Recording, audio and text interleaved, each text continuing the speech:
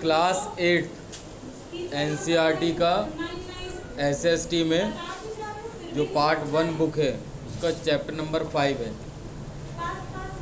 और इसमें एक क्लास हो चुकी है, एक पार्ट हो गया, ये सेकंड क्लास है। स्टार्ट होगा ये आज यहाँ से। बाधाएं पार करना, भागीदारी में सक्षम बनाना, सार्वभौमिक वयस्क मताधिकार सुनिश्चित करना। इस पॉइंट से हम इसे याद करने की कोशिश करेंगे।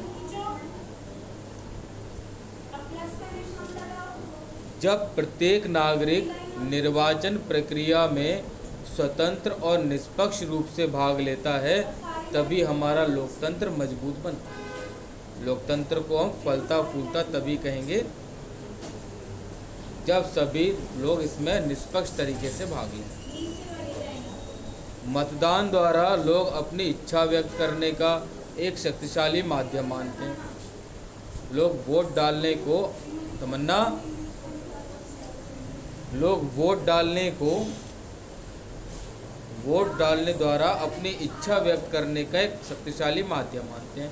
भारत में ये कैसे होता है, जरा इस बात को समझेंगे। वोट कैसे डाले जाते हैं, अभी एक मॉनिटर कैसे बनाते हैं ये भी सिखा दूंगा क्लास में। भारत एक बहुत बड़ा देश है, समस्याएं समझना।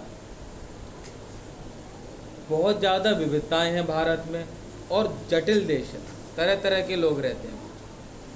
भारत में मतदाताओं की संख्या यूनाइटेड किंगडम मतलब कि यूके नाम के देश की तुलना में भी लगभग 15 गुना है और क्षेत्रफल की दृष्टि से भारत फ्रांस की तुलना में 6 गुना बड़ा है।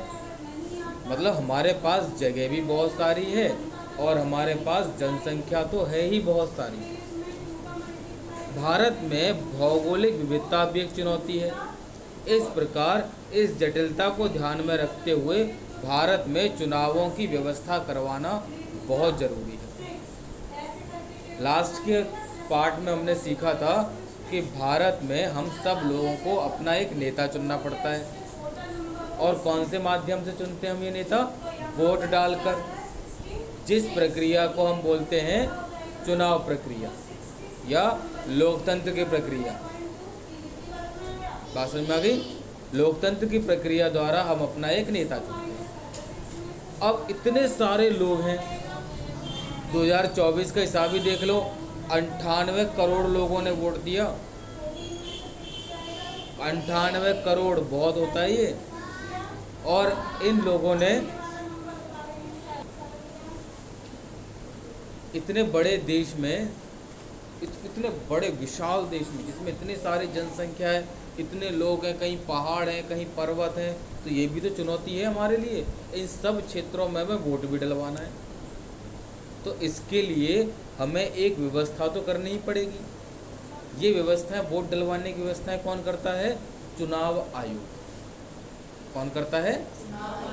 चुनाव आयोग में, क्योंकि भारत का है तो हम इसे बोलते हैं भारत निर्वाचन आयोग, ECE।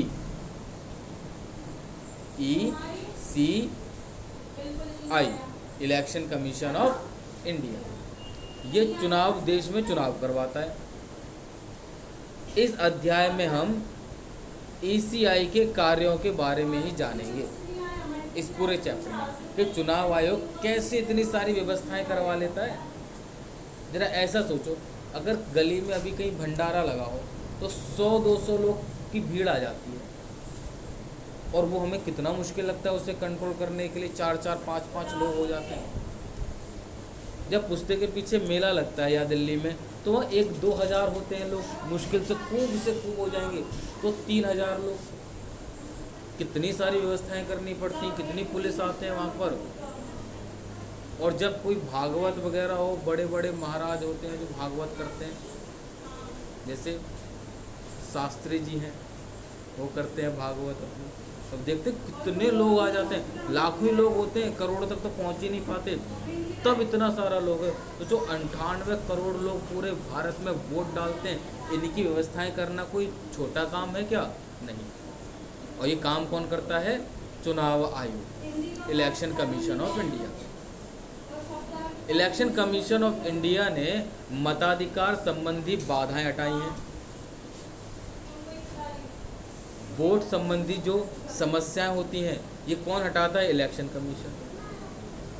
प्रत्येक मतदाता की भागीदारी कि जो 18 साल से ऊपर का हो गया हो भारत में, हर एक व्यक्ति को वोट भी डालना है, उन्हें भी देखना है। इस सब के लिए अनेक उपाय किए हैं चुनाव आयोग। निर्वाचन अधिकारी यह सुनिश्चित करने के लिए दूर दूर तक जाते हैं कि प्रत्येक नागरिक अपने लोकतांत्रिक अधिकारों का प्रयोग कर पाए, कि सब लोग वोट डाल पाए। वर्ष 2024 में, अभी एक साल पहले, वर्ष 2024 में पहली बार बूढ़े लोगों के लिए, अपंग लोगों के लिए, जिसे हम दिव्यांग कहते हैं, अब दिव्यांग लोगों के लिए, इन व्यक्तियों के लिए घर से ही मतदान करने और मतदाताओं को एक विशेष वर्ग के लिए डाक से मतदान कराने का विकल्प भी रखा गया। क्या आप घर पे ही हो, घर में बैठे रहो। बूढ़े जो लोग हो जाते हैं 70-70 साल के, जो चल नहीं पा रहे हैं, बीमार हो गए हैं, हम इनका भी ध्यान रखता है चुनाव आयोग। इनके भी घर जाओ, एक छोटी सी मशीन ले जाओ, उनसे ही वोट डलवाओ। बात समझ में आया? उनका वोट हम नहीं डाल सकते, उन्हीं से वोट डलवाना पड़ेगा। दिव्यांग जो अपंग, जो हाथ पैरों से दिव्यांग हैं, वो खुद ही अपना वोट डालेंगे। कई बार तो उन्होंने मोबाइल ऐप बनाई है। सोचो, अंधे लोग भी तो भारत में हैं, वो कैसे वोट डालते होंगे? उन्हें तो सामने कुछ नहीं दिख रहा, उनसे तो कोई झूठ भी बोल सकता है कि ये रहा, इसको तुम्हें ये वाला नेता दबा दो, जबकि उसे तो वो चुनना ही नहीं चाहता है। उसे कैसे समझाओगे? इसके लिए एक अलग मशीन आती है, ब्रेल पत्र वाली, वो ब्रेल लिपि वाली, पढ़ी तो होगी ना, ब्रेल सिस्टम। घरों से मतदान केंद्र तक ले जाने के लिए पहिया वाली कुर्सियाँ, व्हील चेयर, रैंप्स लिटा कर ले जाओ मतदान करने के लिए। सबको वोट डालना जरूरी है। कई बुजुर्ग वोट डालने जाते, महिलाएं भी वोट डालती हैं।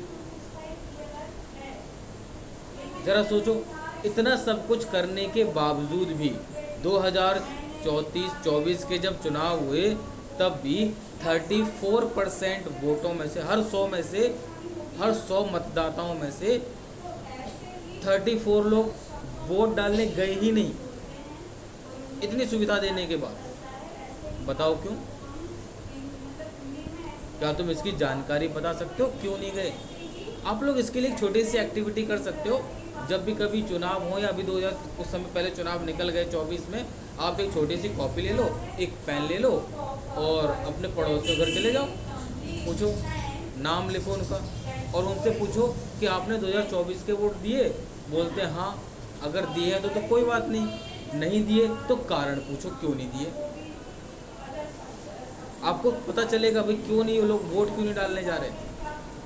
कईयों के कारण अलग अलग हो सकते हैं। कोई उनमें से ये कह सकता है कि मेरा जो वोट डालने वाला जो क्षेत्र था, जहाँ मैं वोट डालने के लिए मुझे बुलाया गया, वो मुझे तमिलनाडु में बुला लिया दिल्ली से। क्या इतना दूर किसी को वोट डालने के लिए बुला सकते हैं? नहीं, ये तो कोई कारण नहीं हुआ। समझा? वोट डालने के लिए केवल 1-2 किलोमीटर 3 किलोमीटर का ही रेडियस चुनते हैं, बस इतनी जगह में। और ये तो बहुत ज़्यादा बोल दिया मैंने। इसमें तो 10 जगह बुला लेते हैं, सब लोग आ जाओ, एक जगह भीड़ इकट्ठी नहीं होगी, सब लोग वोट डालो। आपको जानकर बिल्कुल अचंभा होगा कि आज से 1000 साल पहले भी, मतलब कि आज से 10वीं शताब्दी में उत्तरामेरुरु शिलालेखों में प्रतिनिधियों के चयन के लिए एक सिस्टम वहाँ पर भी हमें मिलता है। इसके अनुसार ताड़पत्रों पर, जब वो नहीं थे कागज वगैरह, ताड़पत्रों पर नेताओं के नाम लिखकर उन्हें फोल्ड करके ताड़पत्र पे लिखते थे और उन्हें एक सील बंद बक्से में डाल दिया जाता था। चयन के दिन सबके सामने उन बॉक्सों को लाया जाता और उन्हें ओपन किया जाता। कोई एक बालक उनमें से एक एक करके वो निकालता ताड़पत्र। वहीं पर एक सम्मानित व्यक्ति अपने दोनों हाथ दिखा करके, मेरे हाथ खाली हैं, दोनों हाथ दिखाकर हर एक ताड़पत्र पर लिखा हुआ प्रत्याशी का नाम पढ़ता। जिसके नाम ज़्यादा पढ़ लिए गए या जिसको ज़्यादा वोट पढ़ लिए गए वो नेता चुना जाता। 100 साल पहले, 1000 साल पहले की बात कर रहा हूँ मैं, तब ऐसा होता। आज भी तो हमारे पास कुछ इसी से मिलता जुलता सिस्टम है। चलिए आपको एक एक्टिविटी करवाते हैं आपके स्कूल में। क्लास 8 में सूर्योदय नाम का स्कूल है। क्लास 8 में हमें एक वोट डालना है। क्या करना है? वोट डालना। हमें एक वो चुनना है, मॉनिटर। हर साल की तरह इस साल भी मॉनिटर चुनने की प्रक्रिया शुरू हुई। कक्षा प्रतिनिधि शिक्षकों के साथ बैठकों, समारोह का आयोजन और विद्यार्थी एवं विद्यालय में अधिकारियों के बीच की कड़ी के रूप में कार्य करने का एक मॉनिटर चुनना है जो ये डिसाइड करेगा कि स्कूल में क्या होना है, जो टीचर्स और सभी स्टूडेंट के बीच की कड़ी है। स्टूडेंट सारी बातें अपने मॉनिटर से कहेंगी, मॉनिटर जाके टीचर से कहेगा। टीचरों को कोई बच्चों से कोई प्रॉब्लम है तो वो मॉनिटर से कहेगी, मॉनिटर वो बातें बच्चों को समझाएगा। बच्चों को समझ में नहीं आता तो वो मॉनिटर को बताएंगे, मॉनिटर टीचर को बताएंगे। बात समझ में आ गया? तो ऐसा ही एक कड़ी का चुनाव होना है। इस पद के लिए क्लास 8 के 3 लोग खड़े हुए। एक का नाम अहमद है जो मुस्लिम धर्म से आता है, एक का नाम गुरमित है जो सिख है, और एक का नाम रवि है जो हिंदू है। इन तीनों ने इस पद के लिए चुनाव लड़ने का निश्चय किया। अध्यापक मैडम ऊषा को यह सुनिश्चित करने के लिए निर्वाचन अधिकारी के रूप में चुना गया कि आप मैडम सही तरीके से चुनाव करवा देना हमारे। तो मैडम ऊषा बन गई निर्वाचन आयोग की हेड। यह प्रक्रिया काफ़ी निष्पक्ष तरीके से हो, पारदर्शी हो, सभी लोग नियमों का पालन करें, इसलिए मैडम ऊषा को इस काम के लिए नियुक्त किया गया। समझ में आया?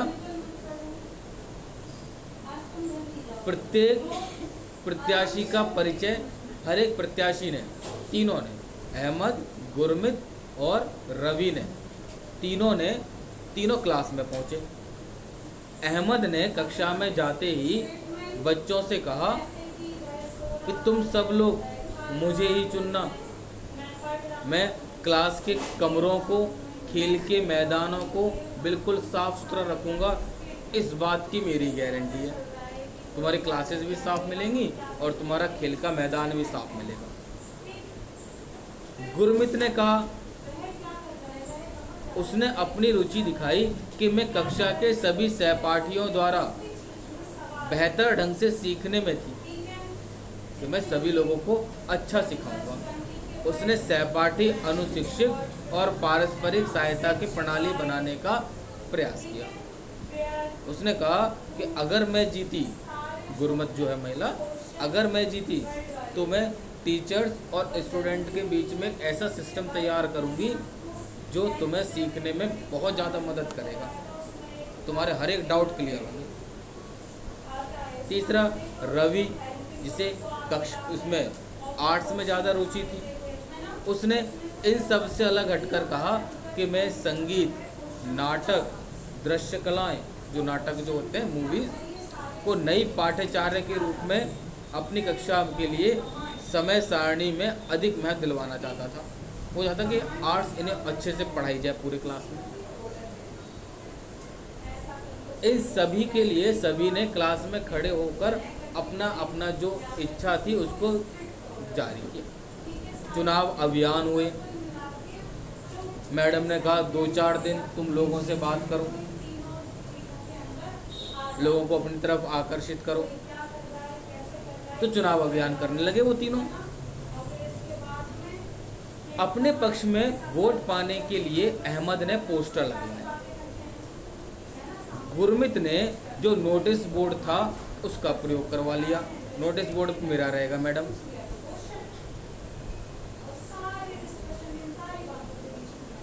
और उसने क्लास के कुछ बच्चों से बातचीत भी की। जबकि रवि ने लंच के टाइम पर संगीत का आयोजन करने की प्रस्तुति की कि मैं संगीत बजाऊंगा और लोग मेरी तरफ अट्रैक्ट होकर आएंगे। निर्वाचन अधिकारी के रूप में मैडम उषा ने ये जो चुनाव आयोजन थे ये करवाए और ये सुनिश्चित किया कि वे लोग निष्पक्ष ढंग से अपने अपने चुनाव अभियान को कंप्लीट कर लें। ये नहीं कि सबको 100 रुपये बांट दिए, लो मुझे वोट देना, बस ऐसा नहीं कर सकता ना कोई भी कैंडिडेट। उन्होंने कक्षा के नियमों के बारे में प्रत्येक विद्यार्थी को समझाया कि हर एक लोग 2 दिन बाद बिल्कुल गुप्त मतदान करेंगे। क्या करेंगे? गुप्त मतदान करेंगे, जिससे कि कोई यह ना जान पाए कि किस व्यक्ति ने, किस बच्चे ने इन तीनों में से किसको चुना। बात समझ में आया? हम इसको बोलते हैं गुप्त मतदान। इससे यह प्रक्रिया बड़ी गोपनीय और निष्पक्ष बनी रहेगी। समझ में आया कि नहीं? उन्होंने कक्षा के एक कोने में मतदान केंद्र भी बना लिया, छोटा सा। अब आया मतदान का दिन, वोट डालने वाला दिन। चुनाव के दिन प्रत्येक विद्यार्थी को सबसे पहले एक मतपत्र दिया गया, वोटर पेपर दिया गया, जिसमें स्कूल का नाम वगैरह सील साइन हुआ करते थे। नीचे तीनों बच्चों के नाम थे, कैंडिडेट के नाम। जिसको जिताना है उसके सामने टिक लगा देना है, एक्स चिन्ह लगा लें। जिसमें से तीनों विद्यार्थियों के नाम थे, जहां यह कहा गया था कि जिस विद्यार्थी को आप वोट देना चाहते हैं उसके नाम के सामने आपको एक्स का चिन्ह बना देना है, बस इसके अलावा नहीं लिखना कुछ भी। मैडम उषा ने यह भी निश्चय किया कि नेहा के लिए, जो कि अंधी लड़की है, नेहा कैसे ढूंढेगी किसको वोट देना, कहाँ एक्स बनाना है। नेहा के लिए एक अलग से मतपत्र बनेगा जो ब्रेल लिपि पर आधारित होगा, जिससे नेहा ऐसे करके हाथ फेर के बता सकती है। सभी विद्यार्थियों द्वारा मतदान करने के बाद मैडम उषा ने मतदाता पेटी, जो पेटी थी ना बॉक्स, सबके वोट डलने के बाद मैडम ने उस पेटी को सील कर दिया और अपने पास रख लिया।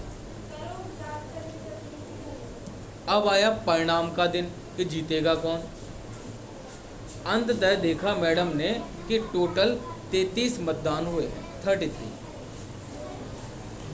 मैडम उषा के ने अपनी पास की क्लास में मैडम शिवा को गणना प्रक्रिया का गवाह के तौर पर मैडम शीशा को बुला लिया, शिवा को, कि मैडम आप आ जाओ, आपके सामने ये प्रक्रिया हम कैलकुलेट करेंगे, आप बताना कि मैंने सही किया है कि नहीं।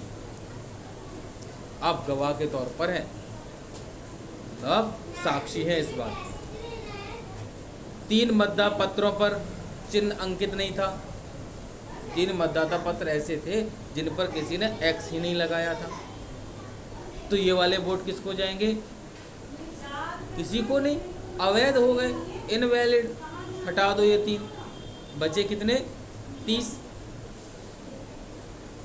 समझ में आया? 30 वोट बचे।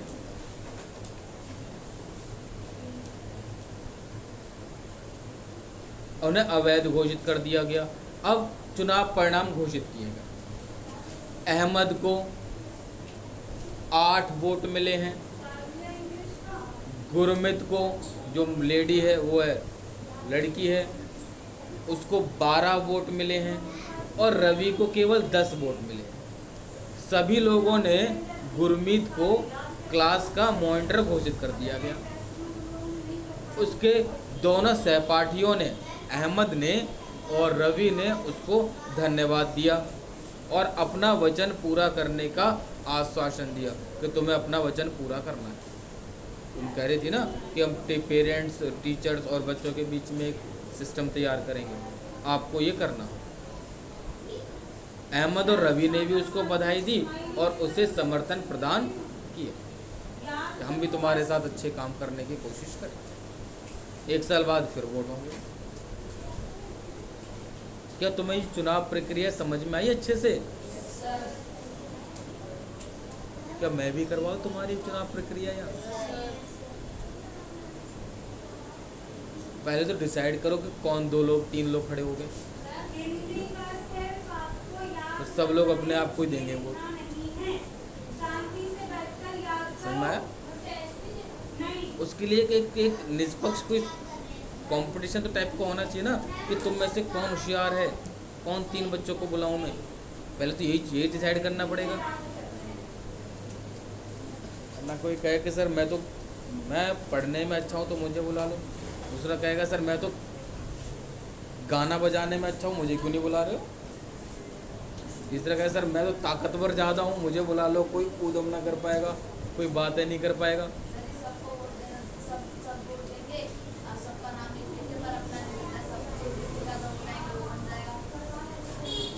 हाँ, ऐसी भी प्रक्रिया हो सकती है। क्या ऐसी प्रक्रिया हम 100 लोगों में कर सकते हैं?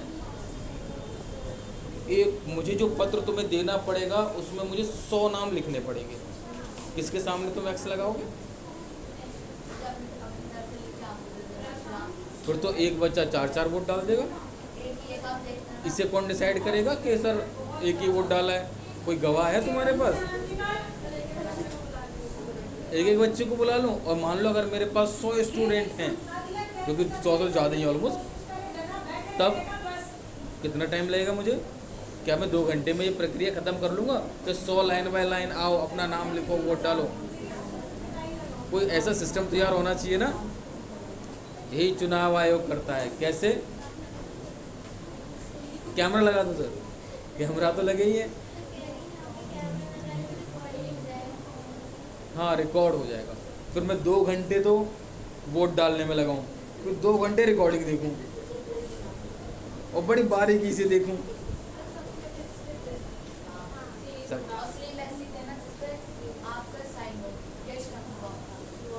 तो 100 बच्चे, मुझे 100 स्टंप लगाने पड़ेंगे।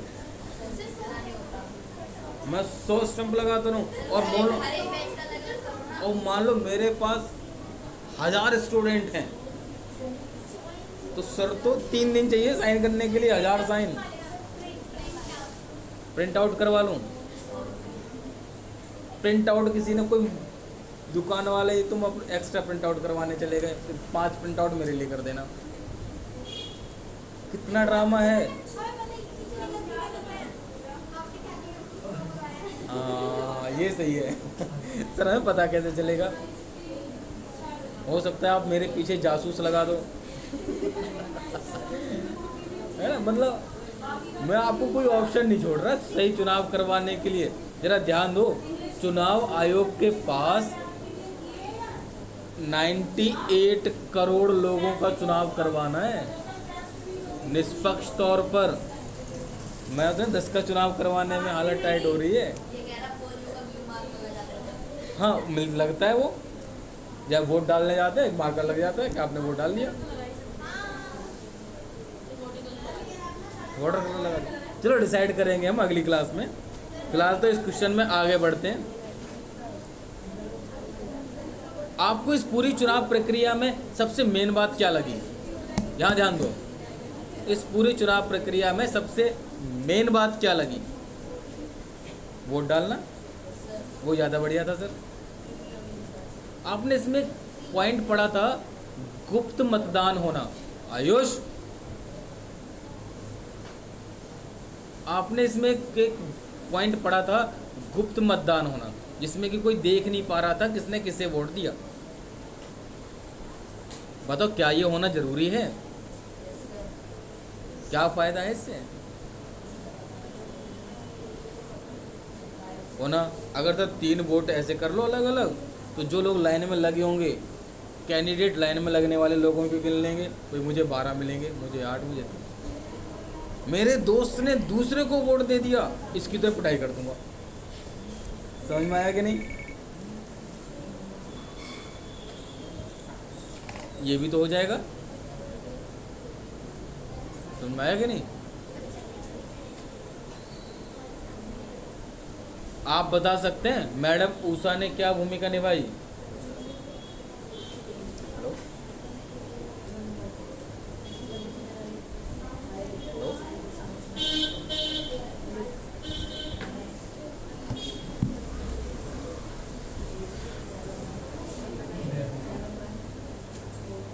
मैडम उषा ने अपनी पड़ोस की क्लास टीचर मैडम नेहा को, अच्छा, मैडम उषा ने नेहा के लिए ब्रेल मतपत्र की व्यवस्था करना क्यों महत्वपूर्ण समझा था?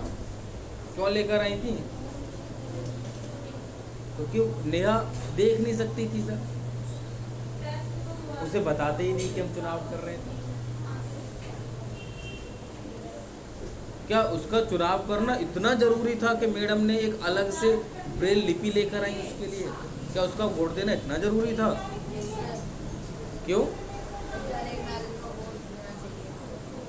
हर एक व्यक्ति का होना जरूरी, उसकी भी तो अपनी इच्छाएं हैं, उसकी भी तो अपनी गरिमा है, उसे भी तो सम्मान मानने का अधिकार है।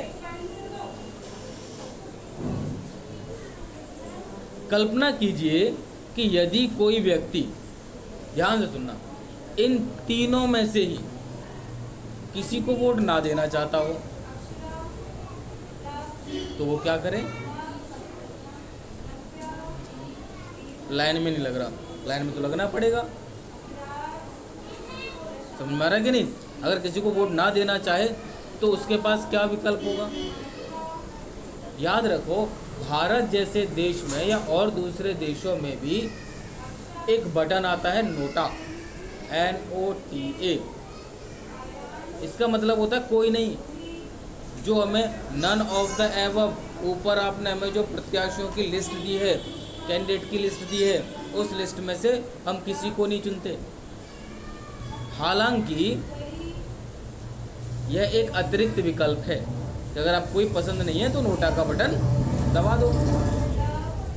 यदि मतदाता किसी भी प्रत्याशी से संतुष्ट नहीं है, तब उसके पास प्रत्याशियों को अस्वीकृत करने का एक अलग से विकल्प होता है, जिसे हम कहते हैं नोटा। हालांकि इससे परिणामों पर कोई फर्क नहीं पड़ता, किंतु सरकार के पास या मैडम के पास ये संदेश साफ जाता है कि हमें, कि मतदाताओं को एक अच्छा विकल्प चाहिए। मान लो कि 33 वोट में से 15 लोगों ने नोटा दबा दिया, तो पूरी क्लास में 3 लोगों को पसंद करने वाले 15 ही तो बचे। बात समझ में आ रही? तो मतलब मैडम उषा को समझना चाहिए कि इन लोगों को अच्छा विकल्प मौजूद नहीं है इनके पास। सो नॉट, नोटा लोकतंत्र में एक मौन किंतु शक्तिशाली साधन के रूप में काम आता है। हमने क्या समझा अभी तक? नोटा। बात समझ में आई? हमारे देश में आकार और विविधता की चुनावी प्रक्रिया के आयोजन में ध्यान रखना आवश्यक है। यहाँ हम समझेंगे इसके बारे में। और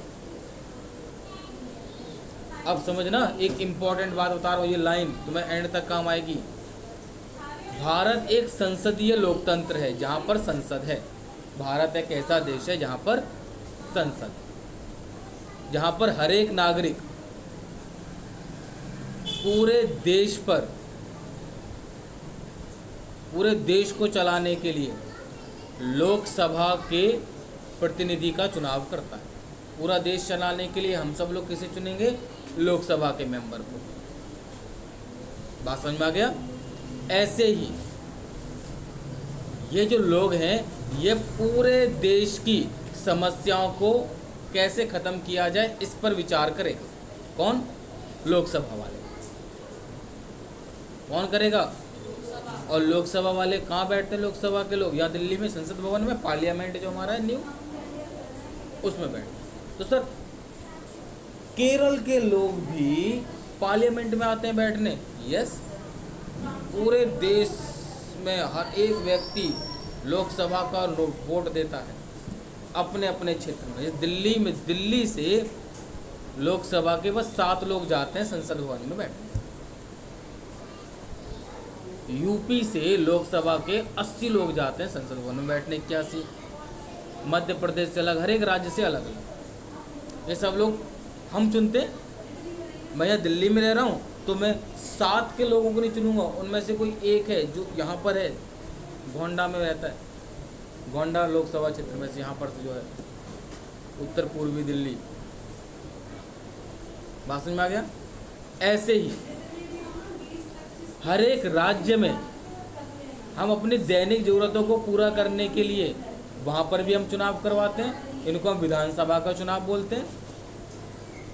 जैसे केरल में कहीं सड़क नहीं बन रही, कहीं कुछ नहीं हो रहा, तो उसकी जानकारी के लिए वहाँ केरल सरकार है ना, तो जो केरल सरकार का चुनाव करते हो विधानसभा हो गए। ये वाली जो सरकार है वो रोज के कामों पर ध्यान देती है। लोकसभा पूरे देश के मुद्दे देखती है, राज्यसभाएं अपने राज्य के ही मुद्दे देखेंगी। भारत में कितने राज्य हैं? 28 राज्य हैं, तो 28 विधानसभाएं हैं। समझ में आ गया? पूरे देश में एक लोकसभा है, दिल्ली में बैठते लोग। बात समझ में आया? ये केवल 2 प्रकार के चुनाव हैं, लोकसभा के चुनाव और विधानसभा के चुनाव। इसके अलावा और दूसरे चुनावों पर तो हम सोच ही नहीं रहे।